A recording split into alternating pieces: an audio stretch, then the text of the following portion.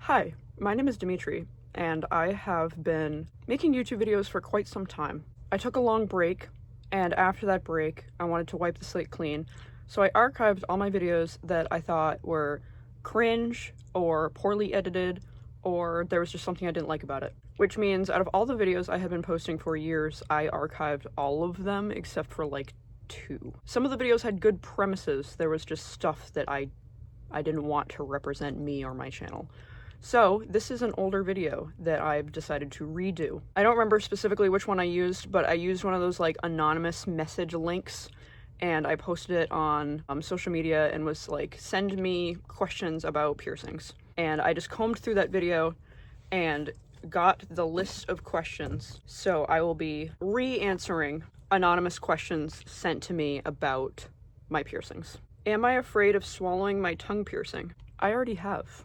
I was eating one time on my break at work, and all of a sudden my mouth felt different. My piercing ball had unscrewed itself, and I swallowed it. That happened to me twice. I didn't die, so. But since those 2 incidences where I swallowed it were like a month apart, and it's never happened ever again. Very rarely do I change or take out my tongue piercing, so when I put it back in, I screw it on very tight. Does your family know you have piercings? Yes. I live at home. There's no hiding any of these. Even when this question was asked originally, I only had one eyebrow piercing, I didn't have my bridge pierced, and I didn't have one of my nostrils pierced. So there's no hiding any piercings. I mean, unless you had an ear piercing and you always have your hair down, or you have a belly button piercing and you never lift your shirt, or you can hide your septum. No, they know. Prices, question mark? Total price? I'm gonna do some ballpark estimate math because it has been quite some time since I've had these piercings done, so hold on. My ballpark estimate math has me in at approximately $750. Now, that could be wrong. Like I said, it's been a long time. Some of them are a little funky because my tongue piercing and my tragus, for example, there was no piercing fee. I only paid for the jewelry because they were both done by an apprentice, and I had to count my lip piercings twice because I got them pierced, I took them out, let them heal, and then got them pierced again. So I included that, and these were expensive because they're 2 piercings. Can I flip my septum piercing up after I get it pierced so my parents don't see? Yes, you can. I would tell the piercer beforehand that that is your intention, and then once you flip it up, don't touch it. Like, don't flip it down for the duration of your healing. Despite what they told you at Claire's when you got your ears pierced, that's not shade.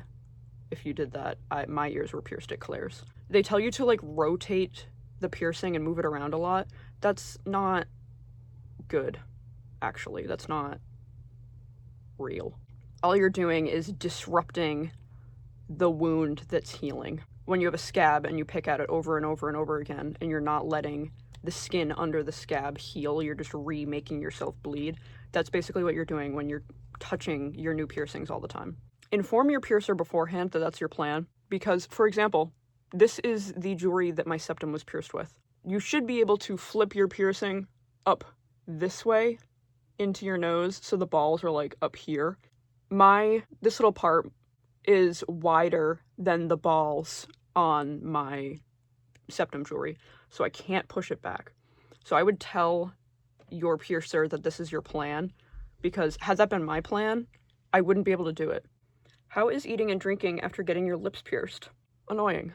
Like many piercings, you get longer bars for swelling. For a while, when I talked or ate overzealously, the backs of these are like a flat plate, and they would hook onto my bottom teeth because they're sticking back into my mouth. I would pull them because my bottom jaw is moving, and yank them, and that was annoying. Also, you can't eat or drink certain things. Stuff with like yeast and active cultures, or like probiotics. It was, ask your piercer, but they told me, I remember it was beer, kombucha, and yogurt. Should I get my smiley pierced? No. If you don't know what a smiley is, it is this. It is a horseshoe jewelry, which is what I have in my septum, pierced through the web that is right here. It's not a good piercing. The web of skin right there is very thin and fragile. It is very likely that the weight of the jewelry will pull on that hole and stretch it until it rips and it just falls out, and then you have torn that webbing. Also, piercing jewelry will rest directly against your teeth, and that can cause your teeth to chip and your gums to recede. Gum grafting is very painful and very expensive. It's not a piercing I recommend at all. How many piercings do I have? 1, 2, 3, 4, 5, 6, 7, 8, 9, 10, and then if you want to count my stretched ears, 11. What do I recommend if you want to get pierced but are worried it might not suit you? First of all, I don't believe in piercings suiting people beyond having the correct anatomy for it.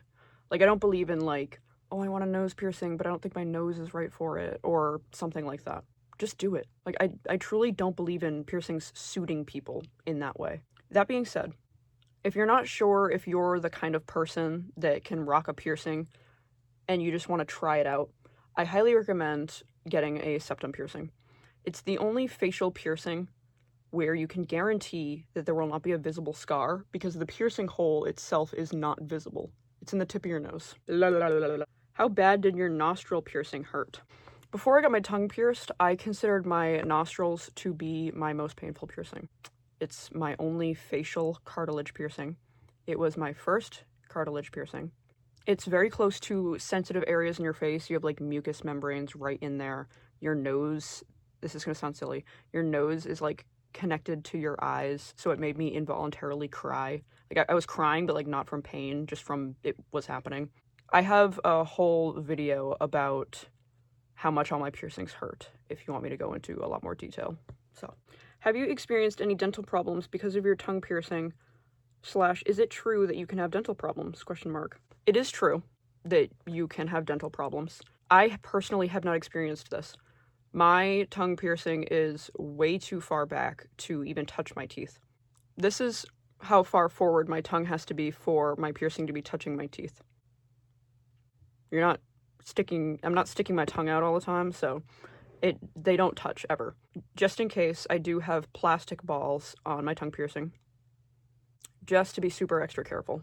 But it is possible. My tongue is weirdly short, so that could be part of it. When I got it pierced, the piercer was like, stick your tongue out as far as you can, and I did, and they were like, farther, and I was like, this is all the tongue that I have, and they like put the clamp on it and then pulled it, and they were like, oh, you got a short ass tongue. Mostly if you're like playing with it, you can chip your teeth, especially if you have the metal bar in. But yes, it is something to be concerned about. My tongue piercing, along with my lip piercings, every time I go to the dentist, they inspect my gums to make sure everything is looking good, and so far so good. What was your septum piercing experience? My septum piercing was my first piercing, so I was very scared. I did not know what to expect at all. I heard quite a few people say that their septum piercing was like just a quick pinch and then it was really painless afterwards, which I agree, it was a quick pinch. And the clamp, so they have this clamp that's like 2 circles and then it cranks and it holds whatever you're getting pierced between the 2 circles, so it like holds it really still and they can pierce through it. Having the clamp in the tip of my nose was so uncomfortable that when the needle went through, I was like, oh, okay. Like I didn't even care. I didn't even care about the needle going through my skin because the clamp was so annoying, which in a lot of cases is great. Like, you're so worried about the needle and then you're like, oh, the clamp is worse. Afterwards, which I haven't heard other people experience this quite like I did, for several weeks, if anything touched the tip of my nose at all, it like radiated this awful pain. I went to bed the day I got pierced and I woke up the next day and it was like this, and without thinking I just like pushed it back and that hurt so bad. I was like, so. But that was my experience, and I asked other people with their septums pierced if they experienced that, and everybody I've asked was like, no. It was immediately fine. So I was like, all right. What is the longest time you've ever spent at the piercing shop? Piercings themselves are really fast.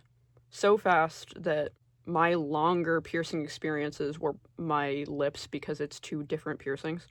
But my longest actual time in the shop was about 40 minutes to an hour because I went with a whole group of people and one of my friends got her labret right here pierced first, and then I got my tongue pierced for free by the apprentice. So the apprentice was being walked through the whole process and whatnot. So yeah, that was the longest time I ever spent in the shop.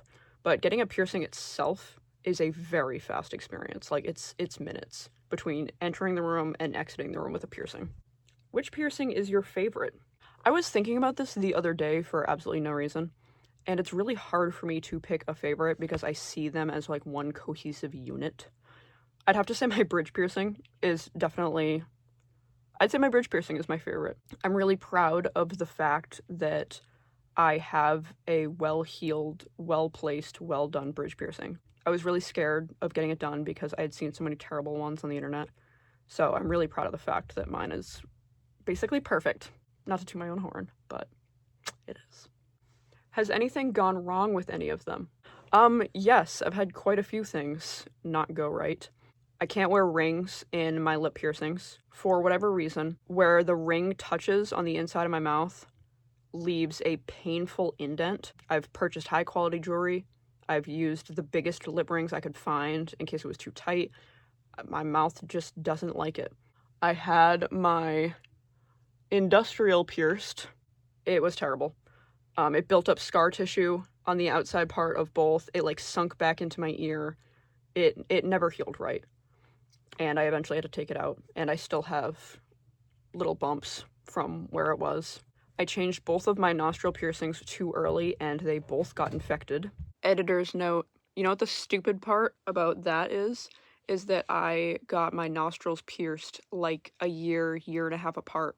So I should have learned the first time, and I did not. It happened both times a year or a year and a half apart, because I'm stupid. I think that's pretty much it. Did my snake bites hurt? Once again, I have a video where I go into a lot of detail about how much all my piercings hurt. Yes. Yes, they do hurt. Not to be a dick, but it is a needle going through your skin. It's gonna hurt. But generally speaking, my snake bites are pretty low on the pain scale. Again, I have a YouTube video all about the pain of my piercings where I go into more detail. You should check that out. What are your most to least painful piercings? Once again, plugging the other YouTube video. I'm gonna put a link in the description. Go there. Why do some people have piercings that reject? That's the final question. Everybody is different. Genetics, anatomy. Anatomy is a big one. I was very afraid of getting my bridge piercing done because I had seen so many of them reject. And of course, the piercer was like, you have 2 perfectly healed surface piercings right there. You can heal a bridge. And I was like, wait, you're right. Some people's bodies just can't hang with it. A piercing is a wound that you are trying to get to heal in a specific way around a foreign object in your body. It's not all that surprising that some people's bodies are like, I don't think so, bud. I'm not a professional. I'm not a piercer. I'm just somebody who has a lot of piercings and is very interested in it and has learned a lot over the years. So I'm sure a professional piercer could answer this question much better and much more coherently than I can. People's bodies are different. Just like how some people get keloids and some people don't. Not all piercing bumps are keloids, by the way. Keloids are a genetic thing that does not go away on its own. If you have a piercing bump that goes away, it's not a keloid. Fun fact. I've seen some piercings reject because too many were done in one sitting. Don't do that if you want your piercings to heal well.